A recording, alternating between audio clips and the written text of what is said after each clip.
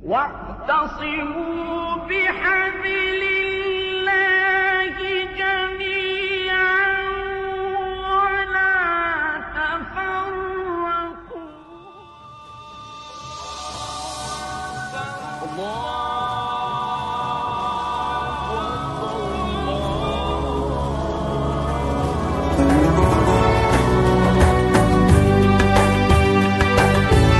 ज़राए के मुताबिक इस्लामी इत्तेहाद कॉन्फ्रेंस का 19 अक्टूबर से बाकायदा आगाज हो गया है, जो कि 24 अक्टूबर तक जारी रहेगी। कॉन्फ्रेंस में मुस्लिम भाईचारे, इंसदाद दहशतगर्दी, मजहबी आज़ादी, फलस्तीन, इस्लामी मुजाहिमत जैसे उन्वान शामिल हैं। कॉन्फ्रेंस में 39 ममालिक से ताल्लुक रखने वाले मजहबी, सियासी और समाजी शख्सियात के खुतबात भी शामिल हैं। कॉन्फ्रेंस से खिताब करते हुए इस्लामी जमहूरिया ईरान के सदर इब्राहिम रईसी ने कहा कि बेदारी उम्मत इस्लामी के लिए ये कॉन्फ्रेंस बहुत अहमियत की हामिल है। इस्लाम के खिलाफ साजिशों को समझना बहुत जरूरी है। दुश्मन हमें अंदर से तोड़ रहा है। इसकी साजिशों को नाकाम करने के लिए उम्मत इस्लामी में इत्तेहाद की अशद जरूरत है।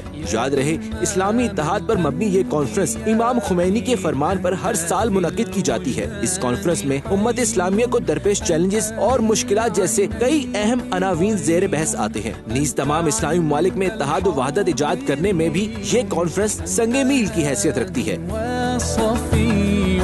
या हबीबी या मुहम्मद या नबी सलाम अलैका या रसूल सलाम अलैका या हबीब सलाम अलैका सलवातुल्लाह अलैका।